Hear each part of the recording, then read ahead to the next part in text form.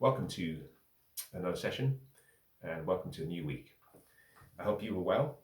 As I begin this week, I would like to perhaps begin with uh, repeating the theme and the focus, which I began a week ago uh, under a theme that I call the OnlyFans phenomenon. In the prior week, I covered what I thought was one side of the ledger, focusing primarily on the fact that the genie is out of the bottle. This new phenomenon is here to stay.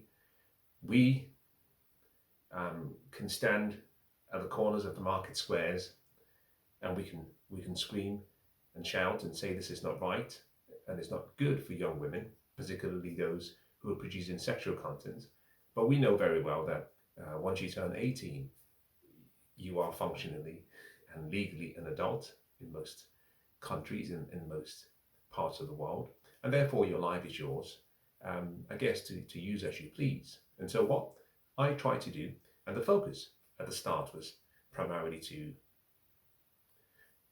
provide insights, not necessarily insights to change a young girl's perspective or mind, but insights to help her find her way back should she get to a point in the future and realize that perhaps this is not for her. It wasn't necessarily to attack people who are producing sexual content. It was simply to say, there's another way, there is an alternative that you can choose. But most importantly, to look at things from both sides, to equip whoever the person would be with ideas and thoughts that perhaps may not have been covered. In any case, I shift gears in this week. Today's session is going to be slightly more focused, and perhaps a better word would be direct. Some might call it harsh. But effectively, I'm trying to look at the opposite side of the coin and say things that perhaps we as a society, we knew until yesterday, but for some reason, we turn a blind eye. We act these days in the social landscape as though things that are occurring presently are the norm, and things that were the norm, such as chastity and purity and chivalry, being a gentleman, being a gentlewoman, or a lady, it's a better way of saying it, well, are things of the past. And suddenly we're liberal, we're progressive, we're enlightened, and we know better. Today's topic, therefore, I've called it, let's call a spade by its real name. Let's call a spade by its real name. I have heard and I have seen several online interactions between young women and other people where these young women introduce themselves and they are asked to describe what they do, their profession, their careers, their jobs, or their areas of either vocation or avocation. I have been surprised. Now let me pause. I think this is important. Let me pause before I go further. In this series, it's important that I make it clear in every session, there is a huge percentage of people who use OnlyFans for other purposes that are non-sexual. I put those in a different camp. I am speaking specifically with matters relating to sexual content in whatever variety or form it presents itself. Now, that was important to state. Now, going back to the conversation, we as a society, we've sat back and we've seen trends, interesting trends, come and go. Some have come and ruined the social fabric of our societies, of our communities, in our families, in our personal relationships. And most of us have sat back and, in the name of being inclusive, we have said nothing. I think this OnlyFans phenomenon is one of such. And I think it would create very significant issues in the future as unintended consequences. In any case, the reason I chose today's topic as call a spade by its name is because we have been dancing around the elephant in the room. It sits there, but we say nothing. I have seen videos and audio recordings of people who are young, women particularly, and when asked to introduce themselves, when asked what their vocation or avocation is, their jobs, their careers, areas of interest, most of these women lean under what I call the umbrella of careers. They don't say we have jobs. They say I have a career. Now let me explain this because I think this is key. Most people fall within what we call the majority. If you plot a normal distribution, most people fall within what we call the average, the majority. The majority of people do not have careers. The majority of people have jobs. The majority of people have not been raised, were not trained, were not educated, have not paid the price, or do not understand the sacrifice required to have a career. Very few people have careers, and even fewer people have callings, or you might say a dream, a magnificent obsession. So when we talk about careers, in my perspective and in my opinion, only about 20% of the population of any country, this will vary, but on the average, only about 20% of people in any country would have careers. And careers have a long time frame. The minimum is normally a decade before you can say, this is my career. Now, before that, you're building towards the career. And a career has a pathway from, you might say, let me use a good example. This will relate to several professions under STEM, science, engineering, technology, and math.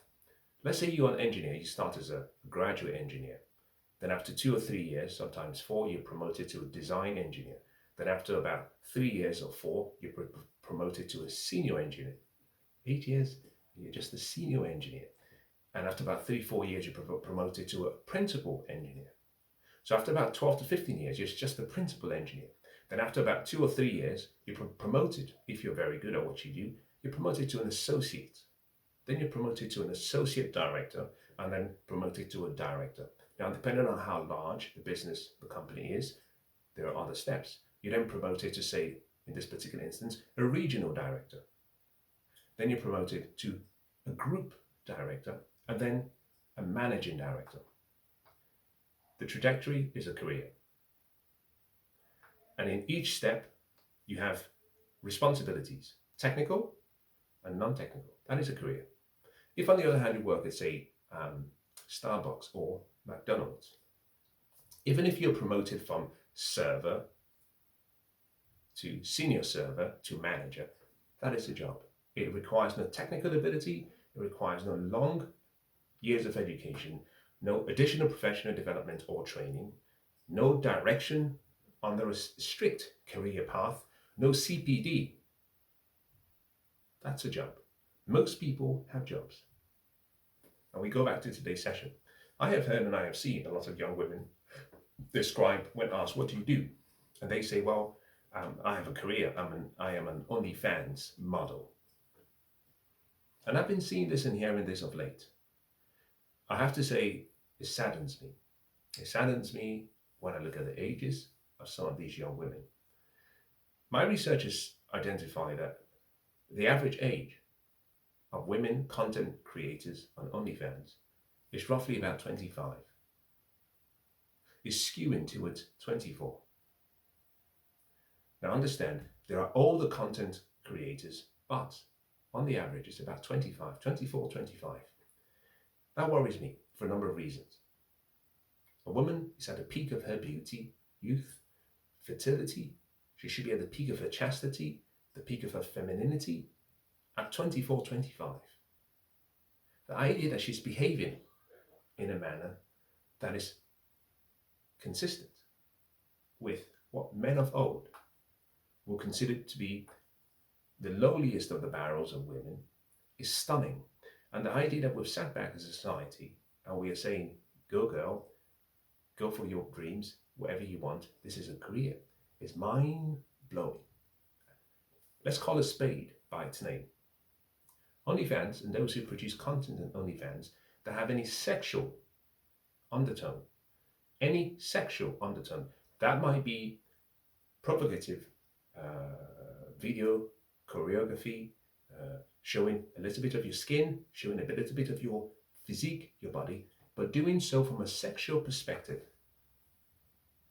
Every one of you is a prostitute. OnlyFans and those who produce sexual content on OnlyFans are prostitutes. Let's not sugarcoat the word. It's only in this day and age that we can say words can be reinvented and we use euphemisms or softer words to describe things that we knew of old and we agreed collective as society from the past, perhaps up until the last, say, 15 years, we all agreed was prostitution. These days we call them models, OnlyFans models. Now understand that whilst I understand that there is a variation of produced sexual content from those who simply share erotic but covered documentation and those who show everything, including performing sexual acts live, I understand there's a huge contrast. It doesn't change the definition of prostitution. Now, at least you think, oh, here's another misogynist, a sexist, a dominant man, a narcissistic man, a chauvinist. Let me read to you the definition of prostitution so you can understand this is not simply what I think. Let me bring up prostitution. Definition. Prostitution is the business or the practice of engaging in sexual activity in exchange for payment. First definition. It says, but this continues. It says the definition of sexual activity varies and is often defined as an activity requiring physical contact with the customer. However, and it carries on, the requirement for physical contact also creates the risk of transferring diseases. Second definition, prostitution. The practice of engaging in relatively indiscriminate sexual activity in general with someone who is not a spouse or a friend in exchange for immediate payment in money or other valuables.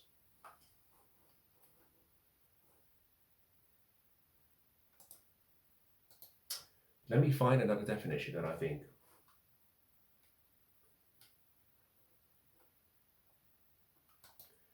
Cambridge Dictionary. Prostitution. The work of a prostitute. And it says, the business of having sex for money. That is its classical definition. Second definition, the business of exchanging sexual exploits for money or for any other exchangeable commodity. I'll go forward again, find another definition.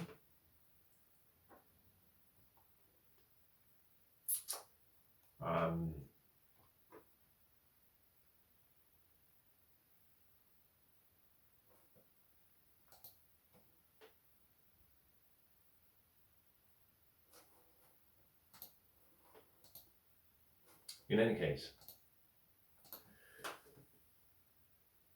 OnlyFans and those who produce sexual content on OnlyFans, let's call a spade by its name. You are online and you are generally prostitutes. Let me even take away the word online because that adjective pacifies and reduces the severity of what should be the name, the meaning associated or assigned to the activity that is carried out by the woman.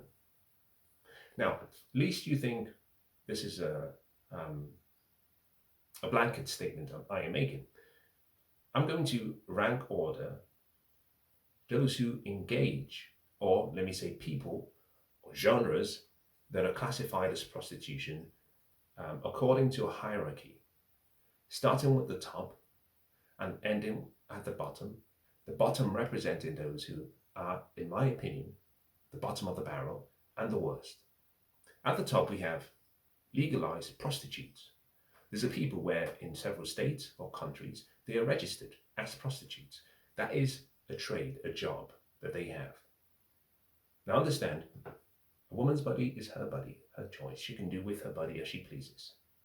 Legal prostitutes pay in certain countries taxes calculated based on their job description and the laws governing the state or the country. They're legal prostitutes. I classify them at the top of the barrel. Why? They call a spade by its name. They come out and they say, listen, this is an activity we want to engage in. We want to do so willingly. We want to do so above the board and above the water.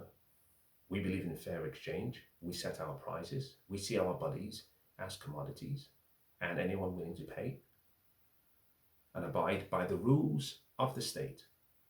We will exchange our service for whatever they have in return, monetary or non-monetary value. I consider them to be the top. The second, or those below them, are those I call escorts. Now, we've heard about escorts, and escorts was a name created to distinguish women who were prostitutes, but who were more selective. So they said, these were women who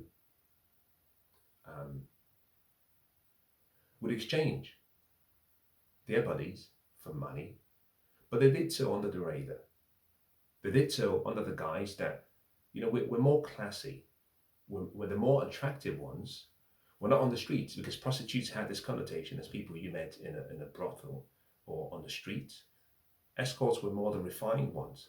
They could wear proper dresses. They didn't dress as, sluts and slags. They dressed in a better fashion. But they had a price. You can have me for a day, or you can have me for a night. You can have me for an hour, and you can go to this website and you can make the payments, and I'll get the money and I'll come over and I'll do whatever you want. The reason I rank them below prostitutes is because of the deception.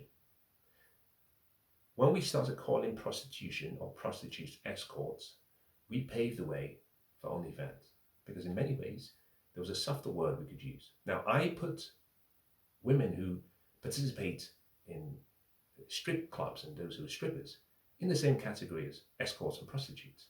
There is no difference. Now, under that, those I call porn stars.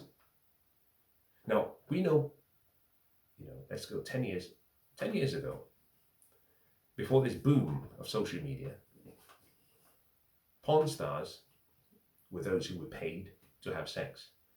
And you could go to websites and you could watch it for free, but the women were paid. They were compensated in some way for sex.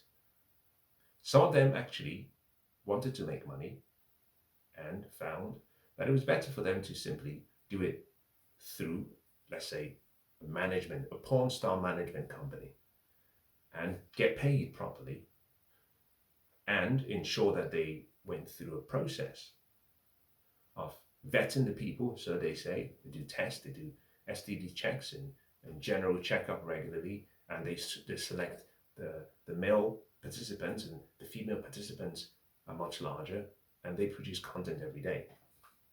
Similarly to escorts, these were people who were just camouflaging the fact that they were prostitutes, but they wanted to be paid much more. They thought they were more savvy, more sophisticated. The reason I rank them lower are for a number of reasons. We'll start with the first, prostitutes. You could have a local prostitute in a small village, and she was only known in that village. At the time, there was no social media, and therefore the news did not spread. A woman who was a prostitute in her local village could dress up and go to another town and act like a normal woman. Escorts were those who came forward and said, no, we work under this agreement, so you can go to this website. So they became more accessible. That meant their reach was much broader, and these women were not serving clients in a local market, but in a global market. We then come to porn stars. These were people who were not just serving clients who they chose. They were also serving clients online, people who would pay to watch the content. And they made their money through the process of advertising. So there were people who were marketing on this porn star website, and therefore the companies were getting revenue, and therefore the porn stars and the people participating were being paid. At the bottom of the barrel is what I call OnlyFans, and you understand why I put OnlyFans at the bottom. I consider OnlyFans to be worse than porn stars, to be worse than escorts, and to be worse than prostitutes, in the classical definition of prostitutes, despite the whole group being prostitutes. Now, why do I consider them to be the bottom of the barrel? We have seen this phenomenon, particularly in the West. Let me preface what I have to share. We have solved the problem of survival and safety in the West. That was the biggest issue prior to the Second World Wars. You go back to 1940, the main issue we had was security, safety, survival. We've had a period that has been incredibly rare in civilization across any time. We've had probably the longest period of peace. Now, I don't by any chance try to claim that there haven't been issues in several pockets of locations: Syria, Sudan, parts of Africa, parts of Europe, and several crises. Yes, I get that. But relatively speaking, the West has had a period of prolonged peace. And what happens? We move away from the bottom of Maslow's hierarchy of needs, which is our physiological needs, and we move to the next, which is start looking for things other than just safety and security. Now, the reason I said this is simply to note the boom of OnlyFans and this online prostitution is in the West. When you go to places outside of the West, the East, or parts outside of the East, what do you find? Is that in such countries, they still have a cultural, social mores, cultures, traditions. They still have chastity and purity, chivalry, what is expected of a man and what is expected of a woman. And that's in part to do with the fact that such countries are still leaning towards their traditional values. Why? They haven't really solved completely the issue about safety, survival, to the extent that the West has. You see, the West have gone from the bottom of Maslow's hierarchy of needs, physiological needs, and moved up to love and belonging, and then moved up to self-esteem, and then moved up to self-actualization. We've lost sense of who we are. You could say we've lost our souls. And when people lose their souls, what do? They desecrate their bodies. And they use their bodies as avenues of worship. I consider OnlyFans to be the bottom of the barrel for a number of reasons. Number one, the average age of women who are producing content, the average age, female content producers, sexual content, is 24 to 25 in the West. These are women who do not need the money. They are not suffering. Now, I could be more forgiving. Remember, when prostitutes started many, many years ago, often what you found was a woman became a prostitute because perhaps she fell out of favor with the community. She was ostracized, so she could not provide for herself. And back then, when women did not work, she needed a way to get funds to look after herself. So some women went into prostitution reluctantly. Some went into prostitution either because perhaps her husband died and she had kids and she needed a way to provide for the family because she did not have the community supporting her or her leftover family. In the West these days, we are relatively wealthy. And the idea that we are encouraging young women to sell their bodies for money and fame and power is unbelievable. OnlyFans, in my opinion, are worse than prostitutes. Because prostitutes had a reason. Some of the reasons were not necessarily just financial or linked to poverty. Sometimes it was the fact that some of these women were addicts, drugs. They had gone into drugs and alcohol. They had become indebted. They were groomed from a young age by terrible men, and so they knew no better. They were kept within a small sphere of influence by these men, and therefore they had to do what they really did not want to do. In today's society, we have women who are coming from good families, who were raised well, women who their mothers or their fathers sacrificed to give them a better life, who were taught to be empowered and to shun the sexualization that men for generations had towards women, and not to consider themselves as sexual objects, we are seeing these women in the love of money. As the saying goes, the love of money is the root of all evil. We are seeing these women choose money and give themselves online. And at least you think, well, some of the content is done online and there isn't any physical touch. I consider it to be worse. The reason being as follows. Let's go back in time. If I were to travel to a local village and there was a local prostitute, we didn't have technology, we didn't have social media, so I could have been with the prostitute, and if I went to the next town or went to the next pub and I said, I've been with that girl, the prostitute, people either believed me or they didn't. If I went to a different state, a different city, and I saw the same woman, and she was sat across me, and I could say, well, I've been with you, and she can say, no, you have no evidence. Contrast that to these, to the times we find ourselves. And what is sad is some of these young girls, without thinking, are selling their content online, and that content will remain forever. Forever. So not only are you available to most men, you're also available in perpetuity. A prostitute back in the day could say, well, I did it for 5 years and I stopped. And I moved out from that village and I moved to another location and I started my life anew. If you are an OnlyFans content model, you have a probability of success that is less than 1%. You have a probability of failure that is about 99%. But you're given in exchange sexual information about yourself that will remain in perpetuity. This is not a case as though it's on a blockchain and after a certain period you can delete all content and no one has rights and no one has access to it. No, you're giving your content willingly online. So it's available across all platforms if men want to find it, and it is available in perpetuity. For that reason, juxtaposed with the nuanced position, which is that in the West, we do not have poverty, and therefore the love of money should not be driving most people. If the average age is 24, 25, at 24, 25 for most people, you have just graduated from college. And let me say this so you can understand how irritating this is. In the UK, we do a great job providing the basic education. So up until 16, you can be provided for education-wise. Your parents pay nothing.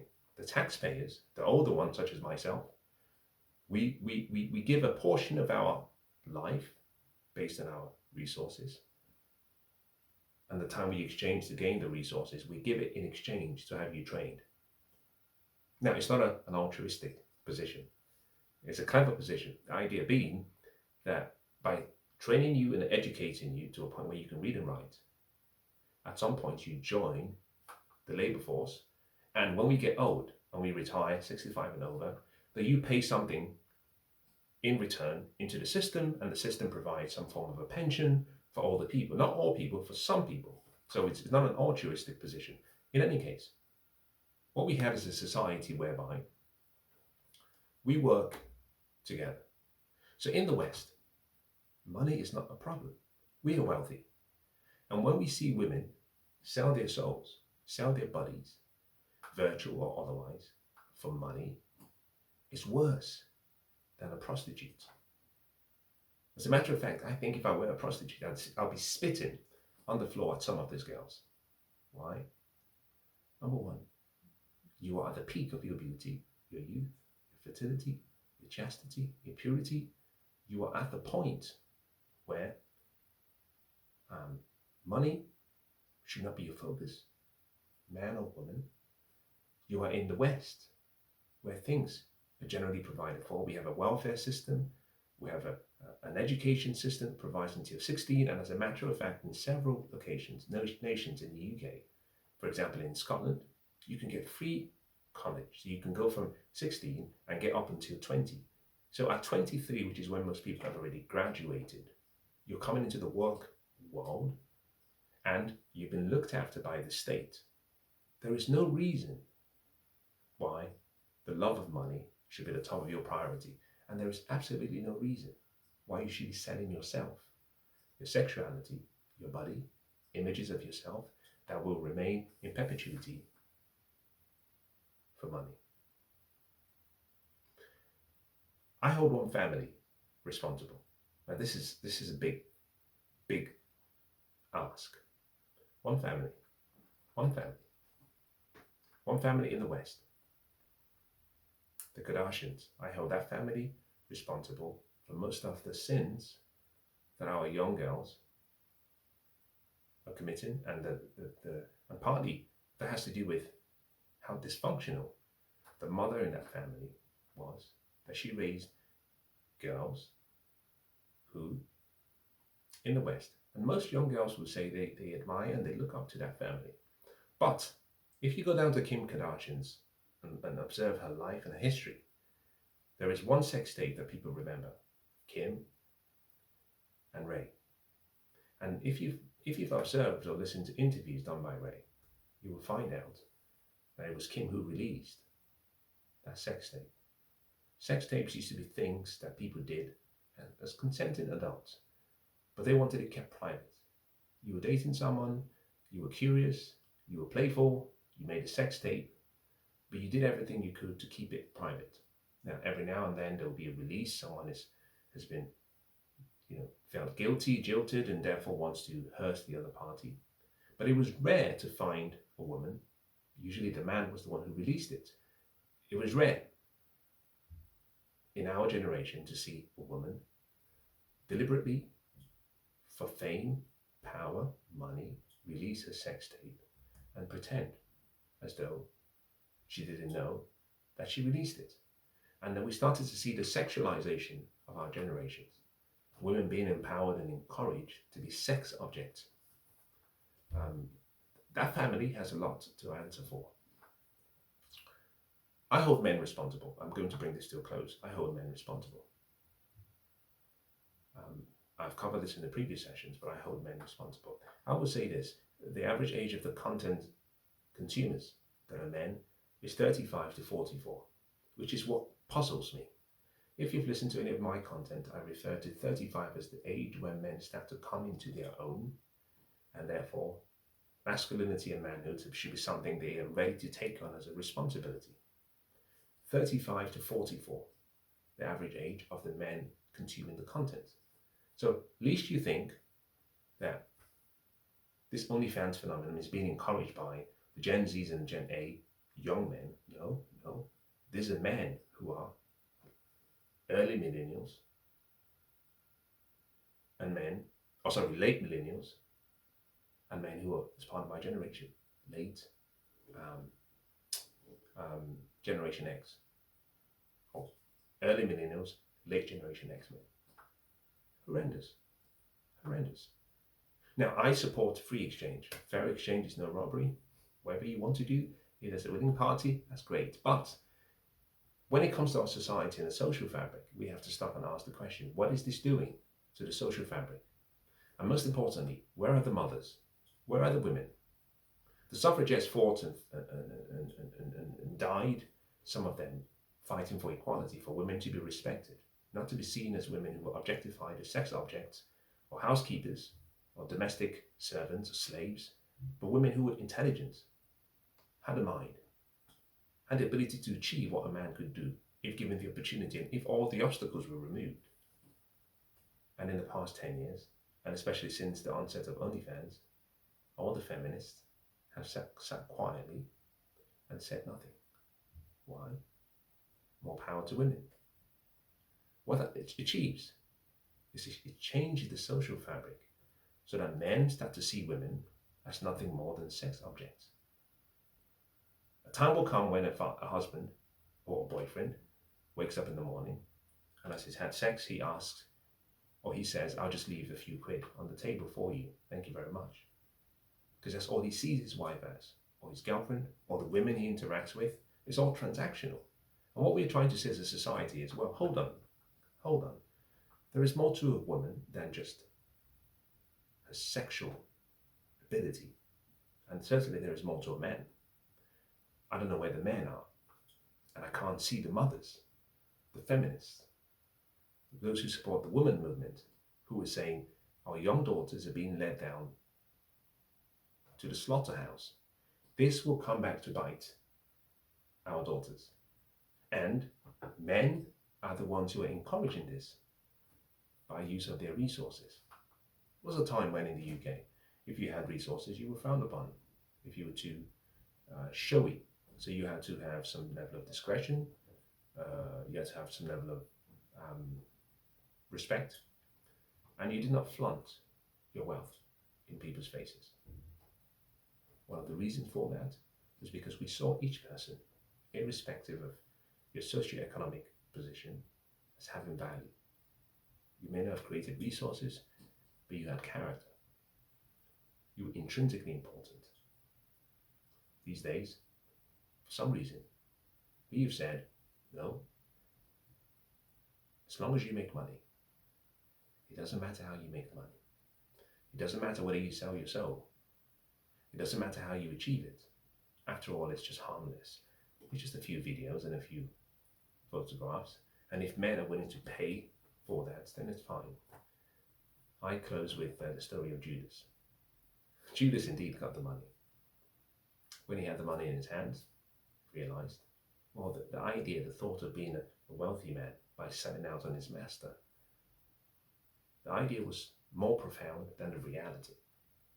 He had the money, but he found he was not happy. Why? Because he sold out on his principles. Most young girls will not understand the principle of selling out until much later in life. At the early stages, it seems exciting. At the early stages, it seems fulfilling, empowering.